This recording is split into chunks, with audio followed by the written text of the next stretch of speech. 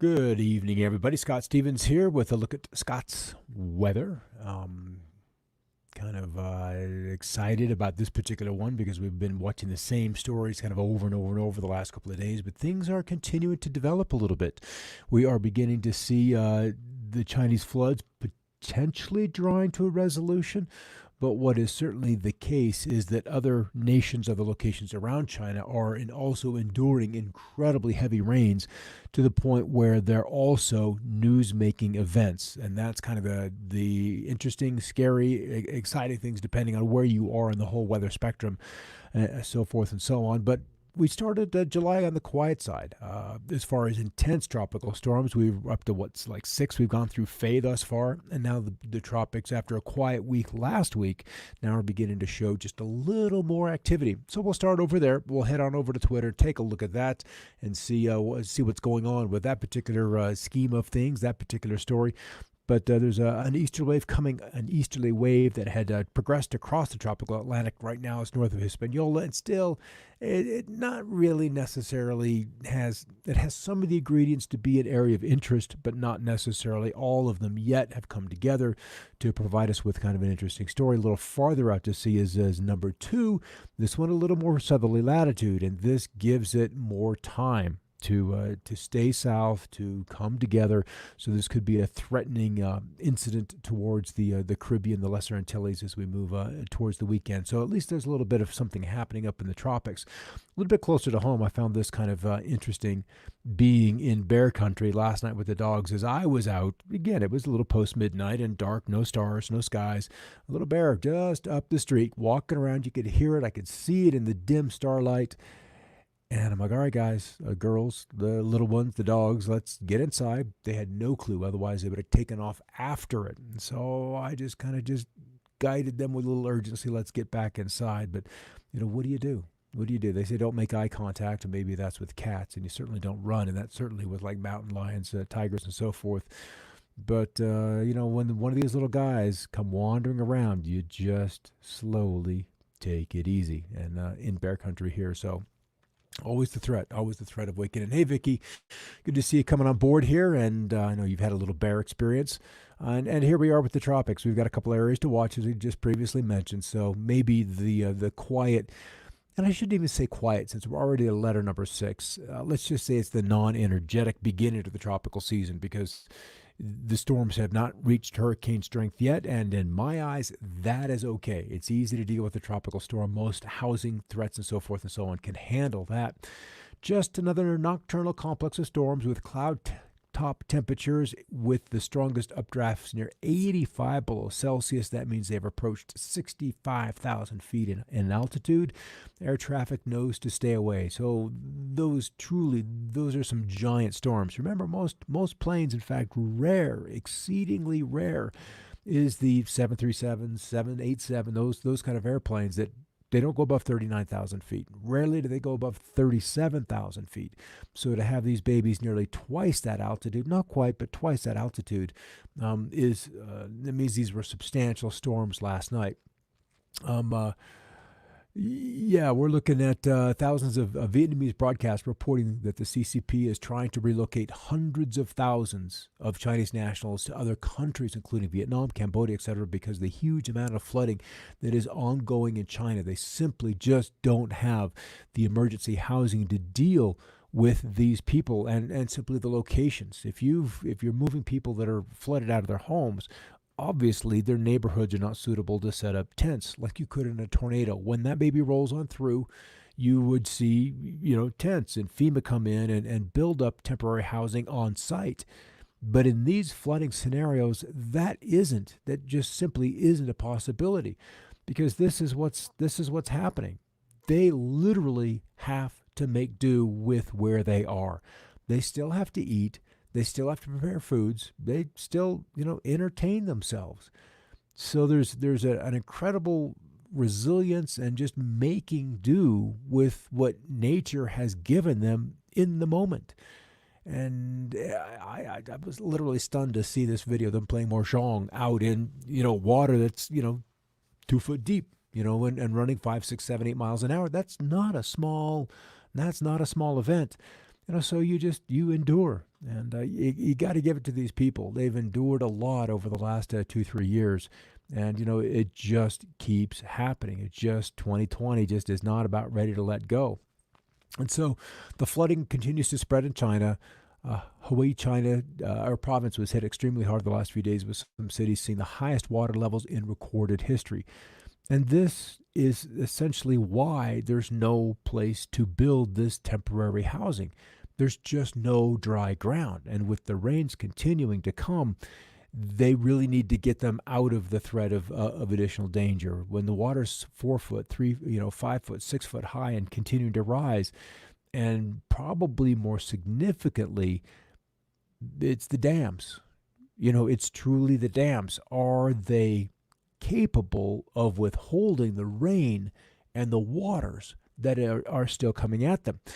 So the largest dam in the world is at risk of collapse. The Three Gorges Dam on the Yangtze River in China has been warned that the structural integrity for years, and now with massive flooding, 440 million people could be affected. And long term, could this affect the collapse of the CCP?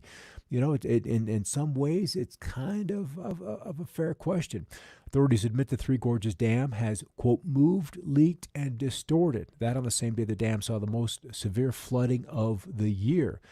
And then in South Africa, where they had been dealing with a historic drought, they're finally pulling back those drought restrictions in Johannesburg.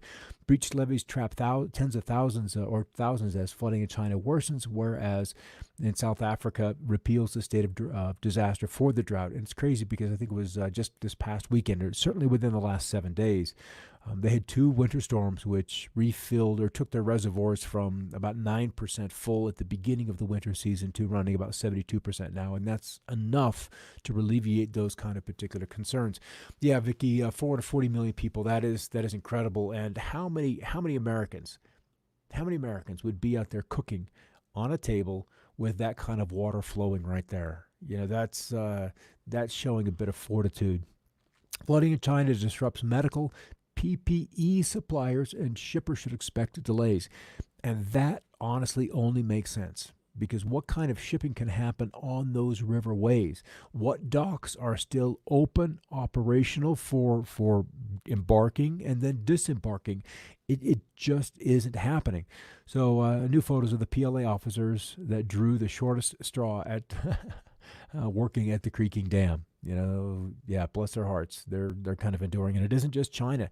Northern Vietnam, remember, they share that southern border, Vietnam with China, hit by deadly floods and landslides as they've just ended their longest heat wave in 49 years. And again, Kathmandu cut off as flooding has been incurred in that area. So it just keeps going on.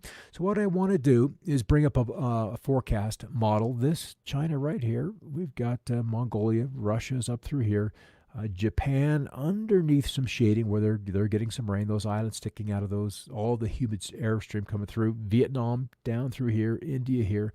So just so you can kind of get some bearings, Iran, Iraq, Syria, and the Mediterranean. So I'm going to scroll this forward, and what we're looking at are these red stripes. Red indicating 2, 3, 4, 5 inches worth of rainfall, fresh rainfall within a 24-hour period. So every click is a 24-hour period worth of rainfall. So we've got some heavy rains up in northern China presently, and South Korea also having just gone through a nice little wet spell. And over the next 48 hours, that heavy rain continues to move across the Koreas. So it's my feeling that by the end of the week, we may be seeing additional flood stories coming out of the Koreas. And then it looks like the middle part of China, certainly the south coastal areas on through here. We've got Taiwan and Hong Kong, and then Vietnam and through here. They get a little bit of a break through the end of the week, and then we begin to see kind of another storm taking form as we move to this time next week. So another round of rain. So the rivers may catch a break, go 24, 48, potentially 72 hours without additional rainfall in the watershed, but then more ends up falling. And, with ground saturated, there's just nowhere for it to go except to be evaporated back into the atmosphere, which then can be turned back into additional rain or blown off the sea or blown out to sea. That's really the only options at this point. Not a whole lot happening stateside. Some cooler weather continued to work into the northwest.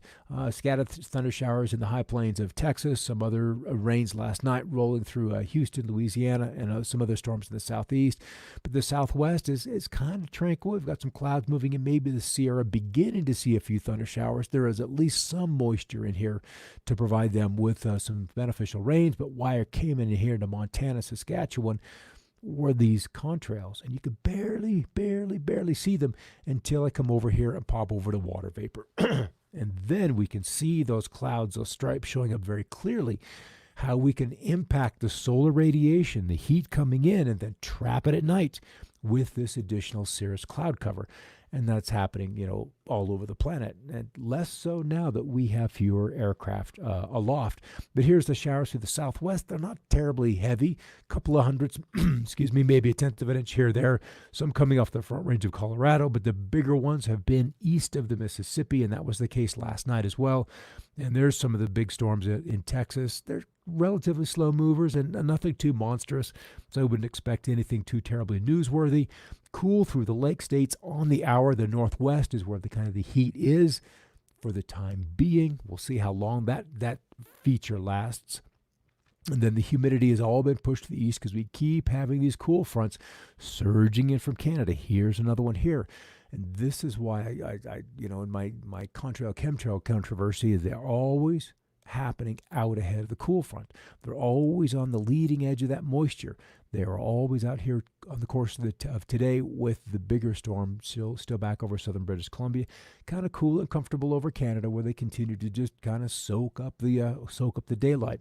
All right, as far as what the Weather Prediction Center, how can we tell the difference?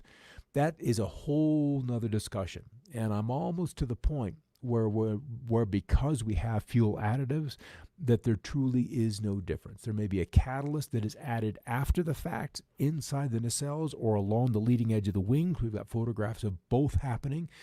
But the planes, it appears to be, and I've had some whistleblowers talk to me, that the plumbing for this is already on board. When they leave the craft, and there's some other companies that may deal with flight management systems, that deal with the GPS systems, so they can have a kind of agenda where to turn on, where to turn off. It is a very, very complex and kind of an exciting program, and there's a show I'll do on it, just called about the evolution of the Contrail, because it used to be something rather innocuous, and today there's another agenda with it. So even the short ones are just a different chemical mixture, and depending on what technology is being used to play with the atmosphere would determine which one would be used. Let's look at it as a roofer and a chalk line. You need a chalk line so you can hold that straight line, but then if you were to put that chalk line, say, in a creek or a stream, like the atmosphere, you would see how it would undulate. You would see how certain portions of the stream would move quicker than another, and you would see a break in the contrail where that boundary, where that division of different segments in the atmosphere is happening. So it's a complex discussion, and I've got the images, I've got the time-lapse photography, so something that Ryan, it's something I'll dive into, and it's worthy of a whole show in and of itself.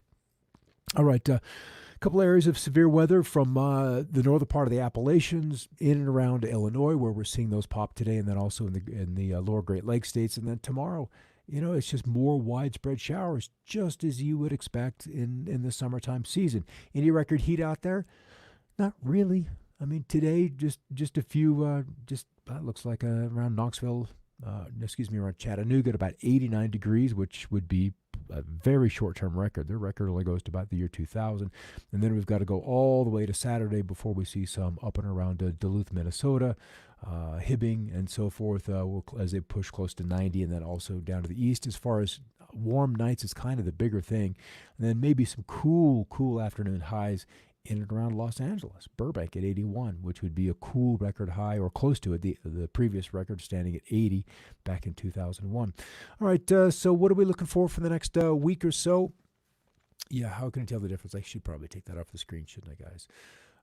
Yeah, it's fascinating, Ryan, and it's had my attention, and I kind of discovered the activities all with time-lapse photography. I was really looking for something else in the sky, and I put up some cameras, bought 2 computers, time-lapse software, 4 cameras, and just started time-lapsing the sky. And about 4 months in, I'm like, oh, that's exactly what they're doing. They're marking off the sky. They're measuring the activities that are causing impulses or waves that either tear apart thunderstorms or build them up. And then there's, it's like any particular construction site. You don't have one tool to accomplish the whole job. You've got to have a whole belt of hammers and nails and screws, and that's just kind of how it is right now. We've got a multitude of tools all at work, all at once, because it is such a high priority item. In the wake of World War II, it was this was a project that was as high as the White House, or at least it was in that particular time during the war, and they wanted to control the weather. And with unlimited monies and technologies and understandings of the ether that came in from Germany, it made those kind of things possible long before anyone today would have anticipated it was possible. Because if you can begin to play in the invisible, you can do things that people can't point a finger at you for doing because they can't see the trigger. They can't see and understand the cause and effect. So crazy things are happening in the invisible, and that's where it's all done. You just need to make the invisible visible. And that's what the trails are exceptionally good at doing, is making the invisible actions visible. But if you don't know how to decode it, then it looks like gibberish. It looks like chaos. It looks like static. But if you can understand what it's doing, then every single flight, whether it's a Delta, United, or an individual unmarked aircraft, it all makes perfect sense. All right, so kind of back to weather, the big highlight has been this high that's been stuck in the middle of the nation. It's taken a beating along the west, keeping the northwest kind of cool, and probably why we're seeing some of those cool highs in Southern California is that marine layer just does not want to let go. But for the rest of the nation, it's steady as she goes. It is summer, and that's going to be the case pretty much through nearly the end of the month. And then as we get into the first part of August, we begin to see much, much cooler lows begin to drop down out of Alaska. I want to pop over here. I want to change over here. I want to go to upper air. I want to go to heights. I'd like to take a look at 500 millibar height one-day anomalies. And I want to leave China. I want to come back to probably North America zoomed out. No, let's do this because I don't like the projection of the map right there. And we'll play it. So what we'll see, the red is areas where the jet stream is a little bit taller than typical, and then the blue is obviously the cooler. But what we'll begin to see is a continuation of storms trying to impact the Pacific Northwest while the summer high holds on. All this is the beginning of autumn. It's just the jet stream saying the sun's already getting weaker up north. I've gotten about as warm as I can get, and so the energy budget begins to change. And by August, even here in the States, you can begin to sense a little bit of a shift in the shadows. That light begins to dim just a touch, and certainly so by the second and third week of August. But up north, that process is already underway, and we can begin to see that manifest. All right, I'll pop over here. One last map. Look at run this baby all the way up to the end for 2 weeks to see where the rain's going to accumulate. Looks like the dry, where we've got pretty good drought already in place. We've been getting some good rain this week in western Oklahoma, southwest Kansas, northern Texas, but this latest model run is kind of drying them out, but refocusing the southwest monsoon truly into the southwest and across the Four Corners area, the Pacific Northwest on the dry side, and Canada. Oh, Canada stays wet. All right, that's probably it for about the day. We'll kind of look at, there's that quote way up there. Vicky, I'm totally fascinating. And Risa, please do show some chemtrail and contrails. I'll get into that. I'll blow up a show for you guys because for me, it's fascinating, and it completely changed how I looked at weather. And I just realized that the job I thought I was doing in ways not knowing, I was just pretending. And you can only pretend so long before you just kind of throw your arms up and say, hey, I want to tell the audience, why we didn't get the snow that we were supposed to get. It just didn't happen. The storm is all coming on in, and then it just dissolves. It just warms. On the satellite imagery, you can see this big old warming blob show up right in the middle of what should be the heaviest part of the snow. And that was just frustrating because I was forbidden to tell why.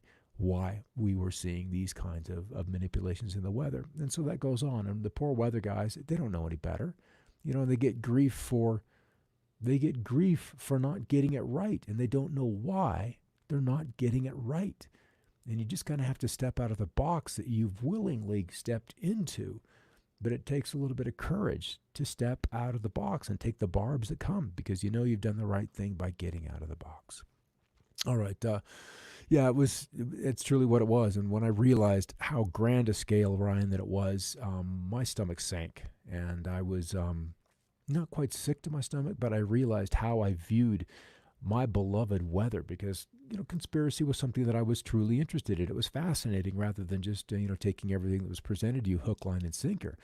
And so if not all stories I looked at, whether I knew it or not, I'm like, okay, there's a little more to this, and what I'm being presented doesn't make sense, or there's just more to it, and I'm hungry and thirsty and intellectually curious enough to go figure it out, to go find it out.